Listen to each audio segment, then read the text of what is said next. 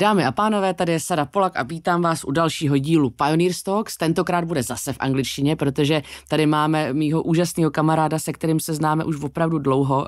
Je to Belgičan, je to technolog, je to multioborový, talentovaný muž. On se usmívá, protože myslím, že trošku aspoň rozumí, jak ho tady vychvaluju. Ale budeme se bavit o vlastně zakládání nových technologických firm, o metaverzu, o virtuální realitě a všechno to probereme hezky zevrubně. So I'll switch into English now. Thomas de Bruyne, welcome to our podcast. Thank you so much, Sara, for having me here. It's an absolute pleasure.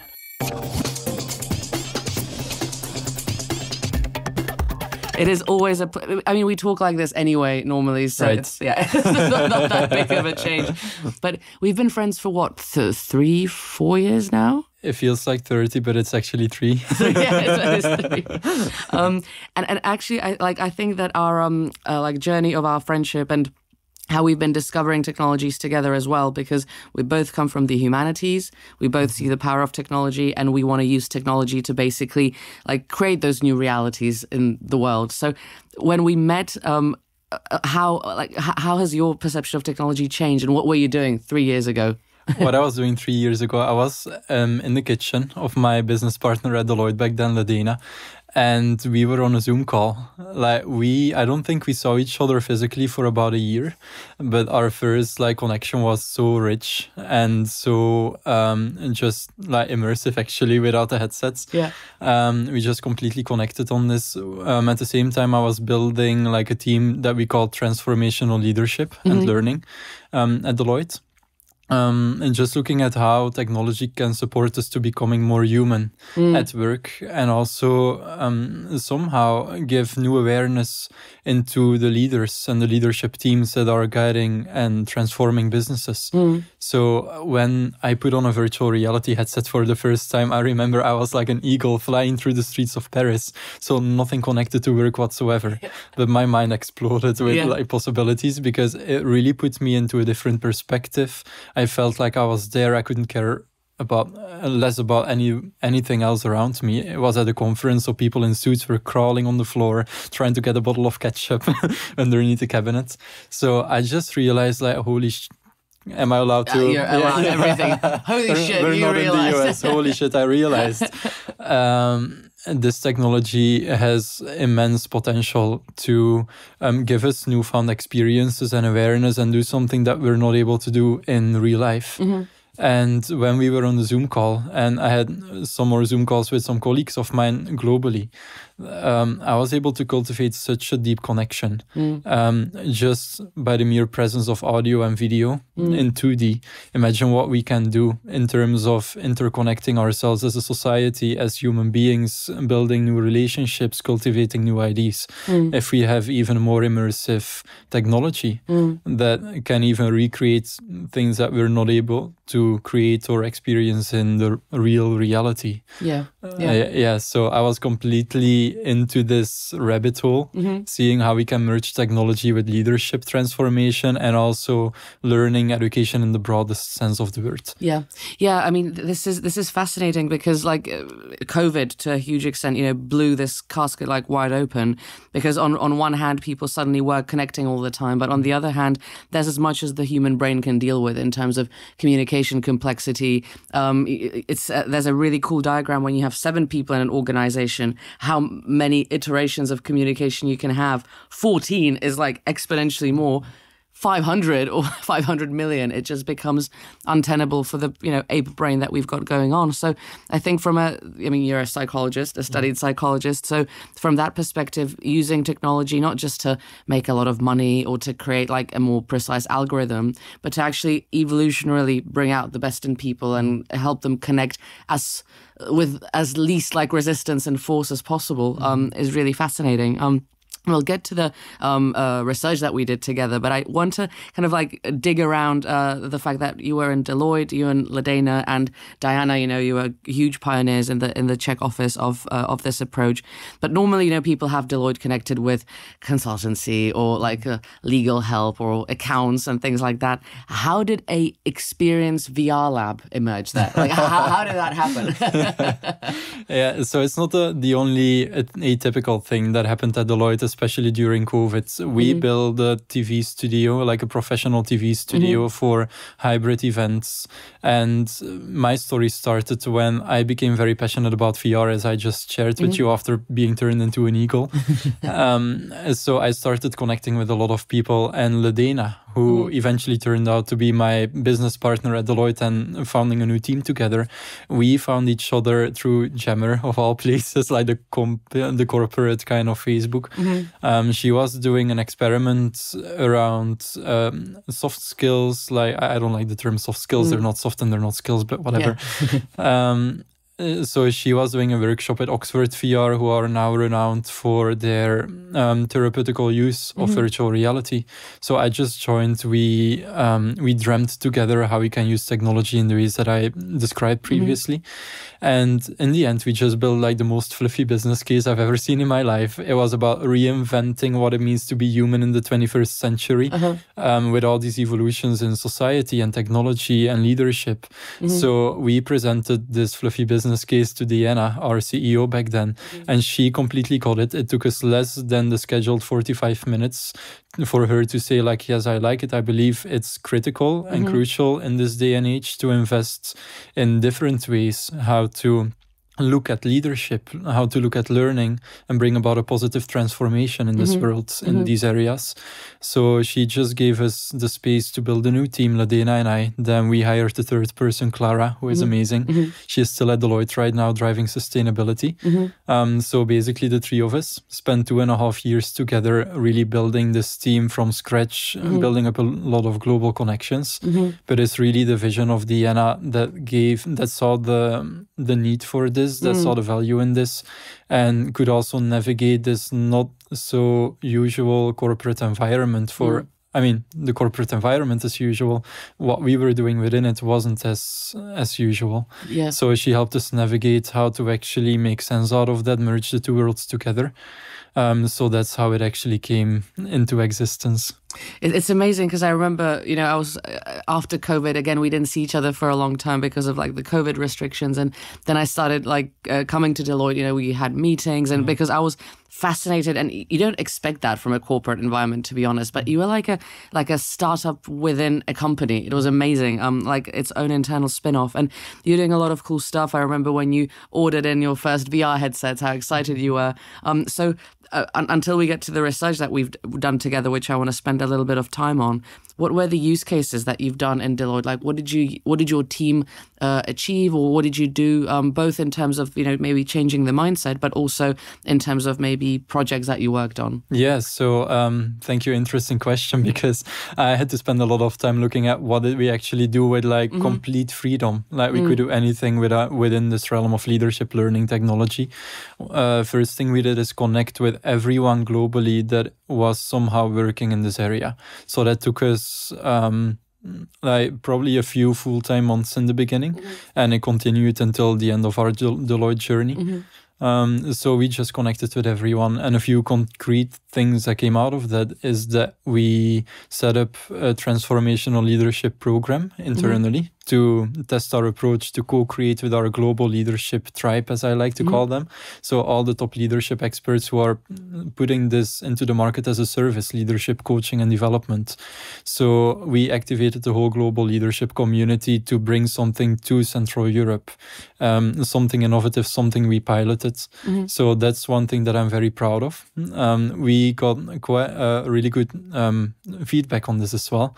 And more importantly, it actually allowed us to create these global connections with all these people working in leadership. Another thing that bundles a lot of initiatives that I've been doing, I ended up calling the Xperience Lab, which is born out of a strong personal frustration. And being that I saw so much potential in this technology, and no matter how much I talked about it or even shared videos and PowerPoint slides, some people got it, but most people didn't. So I realized, You just need to put people in the thing itself, hopefully with their consent, not like surprise. Take it. With their consent. I just imagine like you just waiting with a rag of chloroform in Deloitte. Yes, come to the Xperience Lab. Come to my Xperience Lab. So yeah, that's pretty much how my Xperience Lab was born, without chloroform. I'm not sure what they're going to do with it now in Deloitte. I hope they stick to the ethical codes. I'm sure they will. But that was basically built for people to get to know technology in a very low barrier way, low friction, really exciting and fun. Really imagine you can take 3, 4, 6 colleagues with you to a cool, innovative technology place, and you can basically witness and experience all these emerging technologies that we say fall under Web3. It's like connectivity, new interfaces like VR, AR, XR, whatever we start to call it, but also blockchain, AI, crypto, IoT solutions. Like pretty much I'm only able to call myself an expert by now in immersive technology, AR, VR, XR. But everything else, for me, the lab represents a platform to build a community and a network where we can build a lot of content, bring it together, let people experience it, so we can demystify lots of the buzzwords and the magic that goes with these technologies and make people really understand it, so that they also feel a bit more confident in starting to experiment with these technologies and see how they can put it into practice in a way that's ethical, that's also valuable, not just to get quick gains and money from it, or even worse, mess up people's mental health by the whole smartphone revolution we've seen, which comes eventually with some not so okay intentions, basically data scraping and advertisements and the whole thing. So what we want to do is bring technology in a way that people can understand, can experience, but also with the ethical and understandable frameworks underneath it, so they understand what can we actually do with it in like a valuable, ethical way. And that's why experience and research for me go hand in hand. Yeah, it's interesting because to a huge degree, what you did was build a community, and I feel like this is like normal in the Anglo-Saxon world, but I came across it in the Czech Republic, especially like in the like just culturally in the realm of tech, that people want to see like concrete innovation and community. Exactly, it's too fluffy. It's a very fluffy business case, but honestly, like when I see how society is not dealing well, like with the new technologies, they're scared. There's a huge amount of buzz and nonsense flying around, all the buzzwords you mentioned, crypto, metaverse, Web3, blockchain, everything, that it's really important to like have that community, to have that kind of experience and that explanation of these new phenomena. What you mentioned with the VR and the Xperience Lab is that a lot of the stuff was quite inward facing into Deloitte to help like transform leadership and to basically give people internally a platform to experiment and connect. Does Deloitte have some kind of like a Web3 strategy outwards for its clients? Like, does it use VR increasingly to help in certain areas, or basically, like, was there like a disillusionment with like the whole metaverse world like crashing slightly? Was there like maybe like a denying from the market? Like, how did Deloitte deal with this like externally? Yeah, so what I love about the XR community within Deloitte is that it's built of people who are really passionate about this. My big VR brothers, as I call them, Aaron Exo in the US, Ed Greg in the UK, they have been in this space before it was a hype. They really got into it out of personal passion and seeing those opportunities. And I'm speaking about, by now it's probably 12 years ago they entered this space, something like that. So the core people who really made a dent and got this thinking and this technology inside of Deloitte and built the business cases around it and the teams. We're now talking about a really mature team in the US and India. We're talking about an uprising of what Deloitte now calls it the unlimited reality practice in Europe. So I see certain member firms in different countries are coming up with their own practice. We are not at the point that we have a completely unified view or point of view about Web3, Metaverse, but no one else in the world has either, which I think is a good thing at this point, that we're still looking for definitions and how it all fits together. But I do see that a lot of people are thinking about it, doing research, getting validation by doing client projects. And it is maturing really, really quickly. If I compare it to 3 years ago, where it was a select amount of people, and I knew pretty much everyone in this tribe, now it's grown in the hundreds of people, if not thousands. Okay, and it's a conversation in pretty much every meeting. So is there like a use case, for example, with your with clients of Deloitte, where virtual reality or XR can be used? Is it like creating, for example, a digital twin of the client's community and like experimenting within it? Like how is it used? What do you? So digital twin is like huge, of course. There's a strategic partnership they have with NVIDIA as well. Okay. So that makes sense with their Omniverse and digital twins, but it goes way beyond just digital twins. So I've personally been investing a lot in use cases for HR, hybrid work, learning, development, leadership. I have seen a lot about e-commerce. I've been involved in some initiatives as well for Web3 and e-commerce. I can see in the oil and gas industry, or just practical training, like hard skills, if you will. High-risk situations that are either very expensive or impossible to recreate in real life. And those are all the ones that we started out with. Then we went into the realm of the more human capabilities, aka soft skills. So there's a few more areas in VR, AR that have seen adoption in clients step by step, but I believe those ones are the top of my mind and the main use cases at this point. It's brilliant because it's we had the guys from Chaos that we work with together, and that's exactly what we want to use virtual reality for as well. Like things that are impossible to simulate or like in real life or replicate.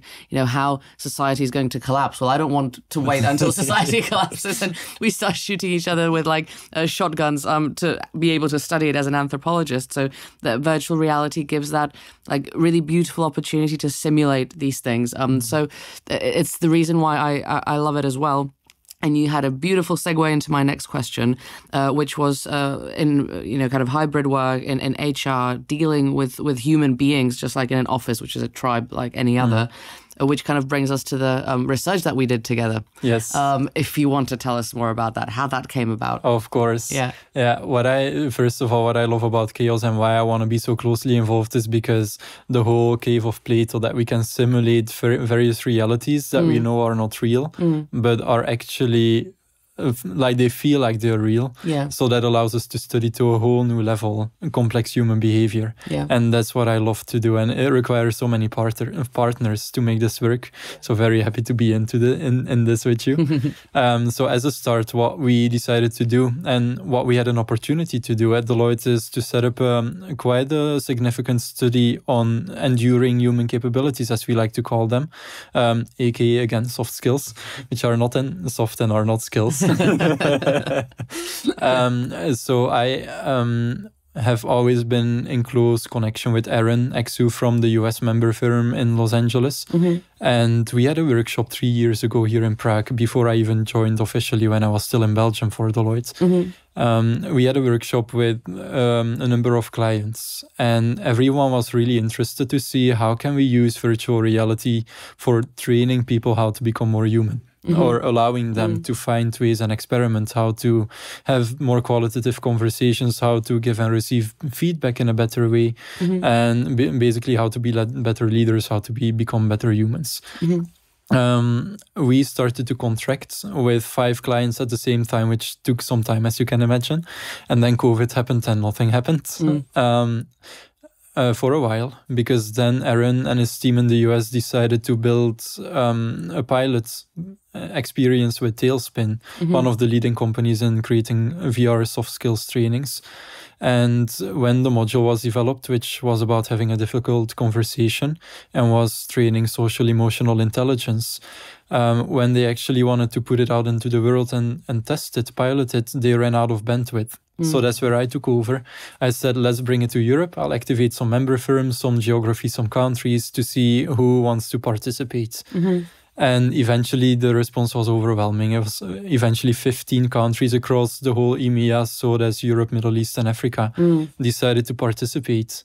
And you and I, we then said this is an awesome opportunity to pilot chaos, because this is basically a first version of simulating an environment where we can assess complex human behavior in the form of guiding a difficult conversation. Yeah.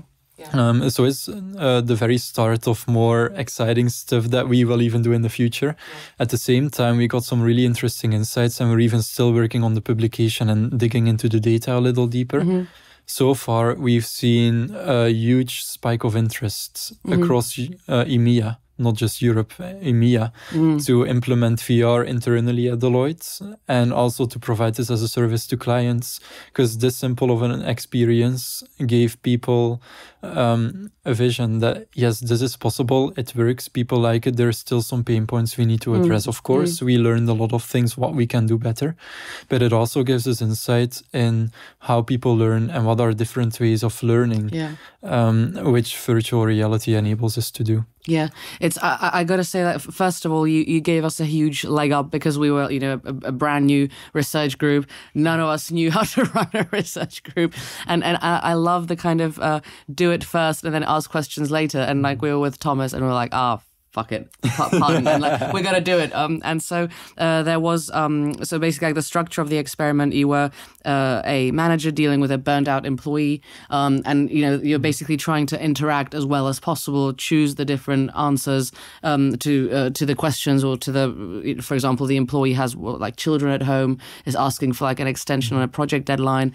And it's interesting because like it seems like well, it's not that big a deal. It's not like jumping out of a building, but these are the small troubles that we go through every single day, the internal battles that we have. And it's, I spoke to you about this. Like I just started recently going to therapy, and I'm discovering like how difficult it is just like to, for example, not say sorry after every sentence, like these like small things that we do, but that like basically completely determine the way that we interact with our surroundings. And if someone's not in a good place mentally, like maybe like training the managers on how to deal with that, rather than putting them in that decision straight away with that person. They say something wrong, they slept bad, and that person can be crushed.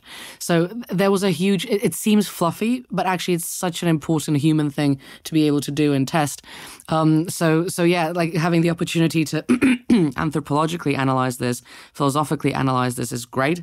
And we're currently looking into the data. It's very interesting, and we're going to have a publication through the Czech Technical University, where we're kind of anchored during the summer, hopefully, fingers crossed. So that'll be the first step. Yeah, a bit of a white paper. Do or do not. There is no try. Exactly. I remember once we were brainstorming with Thomas how to call all of this, and we were having a beer in the National Technical Library, and you were playing your guitar, and we're like, lobster. Remember? what was the logic behind that? The lobster brainstorm. I remember, and actually it's really funny you bring this up, because I had a thought when you were saying that VR allows us to practice conversations and to not mess up in real life and traumatize people. I imagine if we live in a complete safe environment where we feel psychologically safe with each other, and we're allowed to mess up, and we're allowed to sometimes hurt a person, not intentionally, of course, and we can find ways how to work through it. I think that's what life really is about, and building healthy relationships. Do we really need VR for this? I don't believe so. Can it help us? Certainly. So the lobster actually came in after a video that I used in a workshop, and I brought it into into our session as well, where is this old Jewish, I think he's a professor.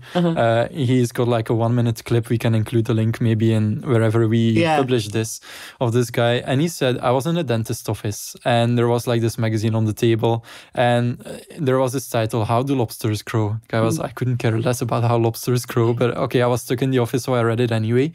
And apparently a lobster is like a very flexible being, but it's stuck in a rigid shell that doesn't expand. And so you would think, how do lobsters grow? And the moment they feel like the shell is becoming too small for them, they start to feel very uncomfortable because the pressure increases. And the sign of being uncomfortable is a sign of growing. So what the lobster does, it hides somewhere under a rock, so other animals don't eat it. It sheds off its hard shell that protects it, but also keeps it little.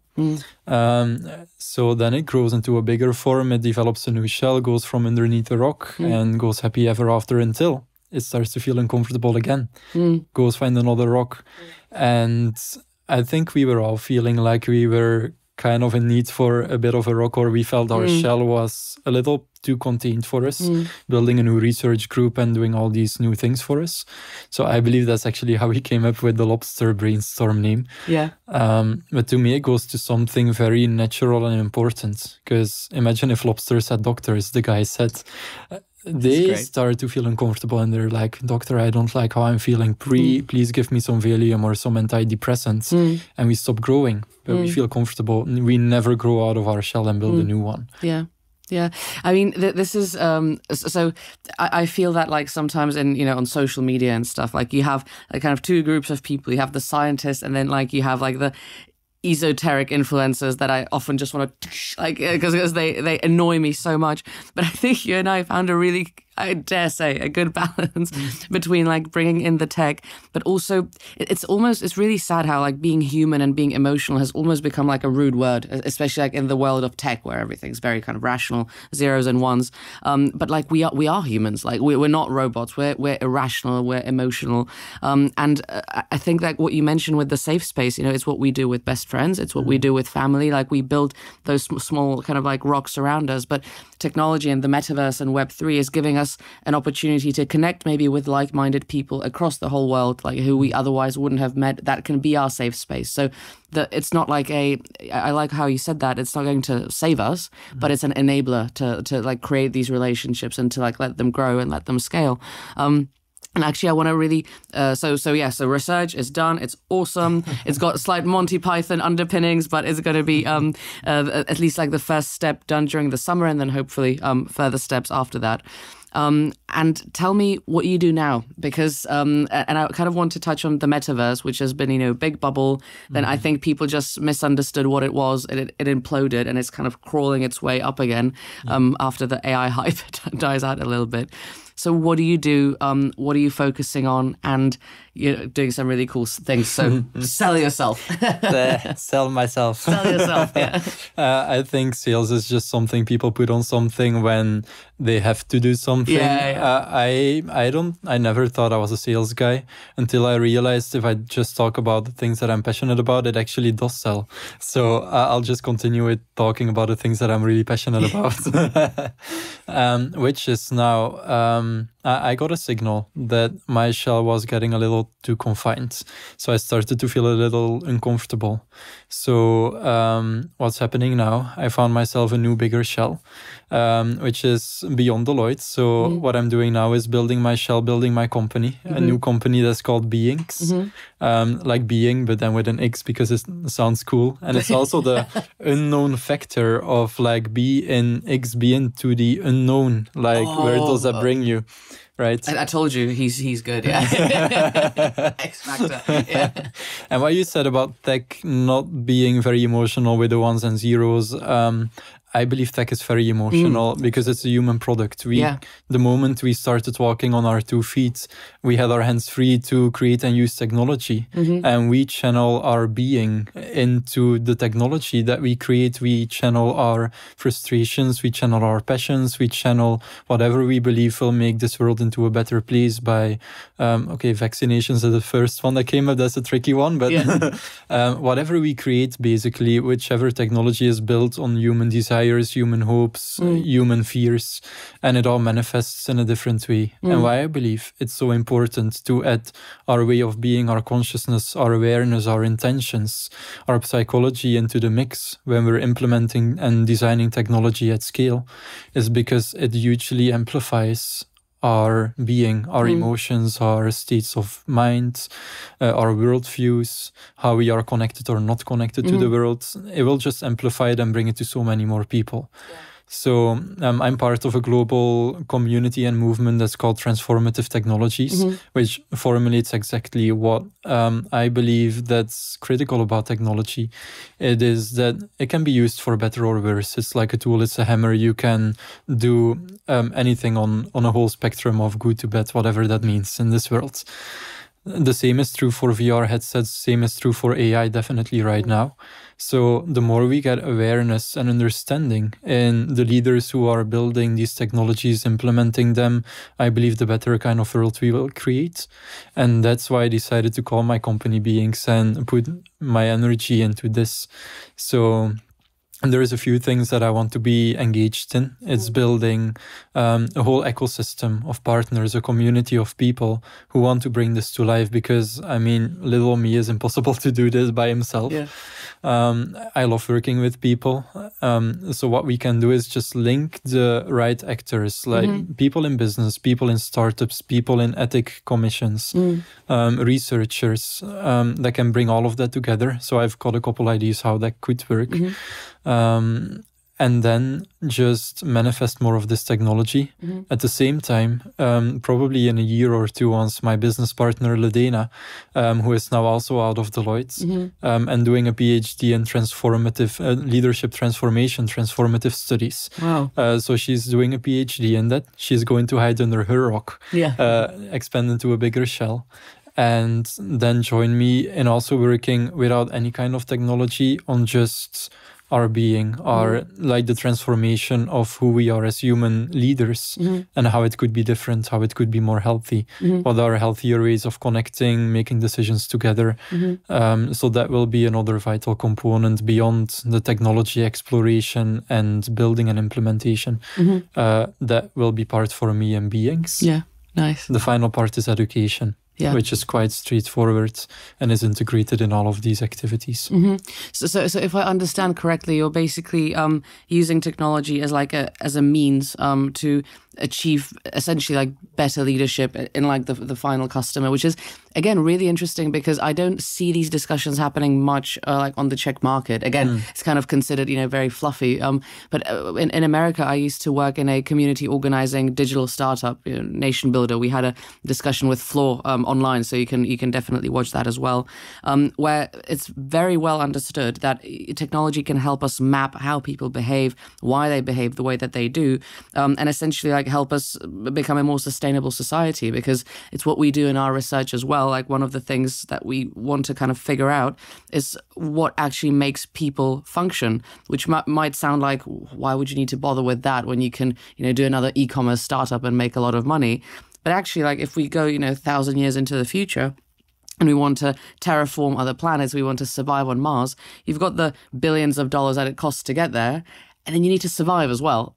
And like human survival and like human sustainability, we see it in like all the zombie apocalyptic films where like the civilization is so quick to erode. It doesn't even exist, I think. It's just like we're keeping a lot of energy, kind of like keeping these huge institutions, nation states, when like all that we're really capable of is what, like 150 relationships, like very kind of limited in like our communication as well. So it's really interesting exploring that. Do you have any like specific projects that you could tell us about, or is it all under a rock for the time being? Most of it for now is under a rock, but I of course I can tell in general what a rock looks like. Yeah. So one involves a very interesting transformation around employee experience in one of the major companies here in Czech Republic, which I believe will be for the betterment of a lot of people. It's basically what I used to call thriving at work. This was kind of the slogan of our team, Transformational Leadership in Deloitte, thriving at work. If we can put people more from survival mindset into a thriving mode of being at work, that's awesome. So now I have the opportunity to support a big corporation in their journey to amplify their employee experience. This is basically thriving at work. And how do we make that happen? Through education, through leadership, through rewards and incentives, through technology that supports us. So that's one of them. Nice. Another one is also looking at customer experience. with another really interesting company here in the food and beverages industry. And they're also looking at how can we embrace technology to give our clients, our customers, a much richer experience. How do we give them, how do we serve them even better? How do we understand them better so we can serve them better? And Big Brother starts to creep in a little bit there. And that's why I believe it's so important to work with the right intentions and put enough awareness into what are we actually doing? What do we really want to gain out of this? Because it eventually will reflect in the technology that you set up in your company and how it serves your clients or shareholders or whoever you intend it to benefit. And in the end, everyone should benefit, of course. And in that sense, I mean, everyone, not just the shareholders, as we've seen so many times over. Yeah, amazing. That's very cool. And I need to pick your brain again about this, because I've been, for the last few years, I've been kind of trying to popularize AI. I'm actually kind of like, I love artificial intelligence. I love the opportunity that machine learning brings us. But the hype around ChatGPT is kind of, it's a bit worrying, and it's just a big bubble waiting to burst again, like we've seen with so many technologies. So I'm kind of exploring much more like less fetishizing AI and like more looking at the whole kind of a mosaic of technologies and like how they interact with each other, because it's not about like having one tool, but it's having the toolbox and knowing which to pick at the right time. And one of the things I've been really exploring a lot more, even in our research group, is Metaverse and the whole kind of like, Web3 aspect of that. How do you feel that the trend of the Metaverse has imploded but might explode again? Like how, what are the trends in the Metaverse that we maybe like need to look out for? Is there anything that you are maybe particularly excited about? Like, how do you feel about that space? I think integration is the word for me. I love virtual reality because I had a really strong emotional experience and I just went down the rabbit hole, build even a kind of identity on top of it. But I believe in the end, it's the integration with all the other, what we like to call Web3 technologies, that will really unlock the magic. We do need experts working on all the different verticals. We need at least as many people thinking about how it fits together and how it would actually be valuable. So coming back to your question, if we follow Gartner's hype cycle with, it's coming Metaverse, like, whoa, Meta, Facebook is now Meta, boom, boom, boom, lots of startups, everyone is on it, crazy investments. Then it's like, oh, that doesn't really work the way we are expecting to, trough of disillusionment. I think we're kind of here with Metaverse, and I'm glad Apple actually introduced the term or popularized the term of spatial computing, because I believe that's much more closer to the nature of the beast than Metaverse, which is basically the free promo for Meta. So spatial computing for me is the thing that I'm really excited about, because it's not just Ready Player One kind of evolution that everyone will live in a virtual 3D world. It's much more about augmenting our world and digital content and knowledge and global connections in a way that feels much more natural to ourselves as humans, instead of looking at like a 2D backlit screen the whole time, which hurts our eyes, which makes our shoulders go like this, and actually I believe makes us all depressed. If you look into the biofeedback mechanisms behind the technology we use, it actually is very detrimental to our health. So what I'm very excited about is a new interface and a new computing paradigm that consists of machine learning, AI, VR, AR, XR, whatever we decide to call it, exists of so many other technologies to just revolutionize the way we interact with each other through data, through a more immersive depiction of reality or digital reality. Yes, it's a massive paradox how I see the reactions to for example like VR headsets and things like that, and people are like, oh, we're going to become even more plugged in, we're already with them. Actually no, you'll probably become less plugged in, because what you do now is, it's a beautiful thing you mentioned, you go to work, you sit in front of a screen, then you've got a slightly smaller version of the screen, and that's crap. Like, you don't want to do that. But having the possibility to achieve the same amount of work in just a shorter time, because it's evolutionarily more natural to us, is brilliant. And I've been like playing with this term of the cloud civilization for a really long time, like this digital kind of layer superseding like what we're seeing in the physical world. And I think that there's two terms that really resonate with me. One of them is spatial computing, because that's basically what it is. It's just connecting in a 3D way with the technology and the possibilities around you. But the other one is the physical, digital kind of like bridge. And I really hope that the multidisciplinarity and like even like, humanities and like human sciences will become more important as time goes on, because what else is this new kind of revolution than bringing the humans and the technology closer together, right? Yeah, absolutely. And the Phygital, I really like the concept because it's very easy to understand. It's a blend of real reality, RR, and virtual reality, VR. And then in the middle of the spectrum, you already have the switch on the headsets, which I was expecting to come at some point. So I'm glad it's happening, that you can choose how more immersed you want to be in the virtual world, the physical, virtual or the physical worlds. So we're really coming to a blend of the worlds. Yeah. And in essence, if you really think about it, all of it is real reality, because in a VR headset it's still matter and photons and electromagnetism. Yeah. The same stuff we see radiating from nature, what our senses pick up. Yeah. So is there really a difference? Inherently no, I believe, but the way we perceive it and we label it and we understand it, I believe Phygital is a really cool concept, because in one word you basically explain this whole dial switch and how we will be able to immerse ourselves more in our metaverse spatial computing world or in like the world that's right here in front of our eyes. Yeah.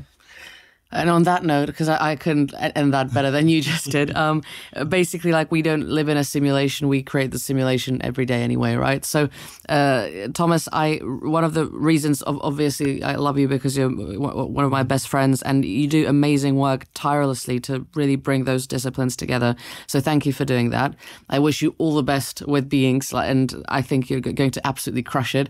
And I look forward to maybe doing some more research together, because I think that we're very similar with the way that we see all that stuff. Yes. It's gonna be quite a show for us. Like, it's so enjoyable, and that's the way how I want to spend my life, being surrounded with people who want to make something interesting out of their lives, sharing the joy with other people, and if we can add technology to the mix, why the hell not? I love it. Yes. And you, ladies and gentlemen, at least if you did study humanities and you're thinking, oh my God, I studied humanities, it's good, because you're creating the jobs of tomorrow. And I can't wait until now you've got like the programmers and making a lot of money. And I can't wait maybe like 50 years time, 60 years time, when I'm like really old and poor and living under a bridge. They'll be like, archaeologist wanted, $10,000 a month. It's like, yes. What if money is actually an outdated technology and it won't exist in the way we know it, and all of this is irrelevant in maybe 50 years time, but let's see. I actually agree. We need another podcast. Yeah. I agree with you, because I think technology, finance is an extremely outdated technology, and social capital, cultural capital, education. Yeah. Let's take our agendas and schedule it. And actually, if you want to watch another podcast, not another podcast, this podcast, the best podcast, we do discuss the educational aspect of this with Mickey in a previous episode. So watch that; it's in Czech. So, ladies and gentlemen, this was Thomas de Bruyne with his new project, but also amazing stuff that he's already done. Give us a share, like, comment, connect with Thomas. We'll put the lobster link there as well. And I wish you all the best. Thank you for coming. Thank you, Sara. Absolute pleasure. A pleasure, and see you soon in another episode.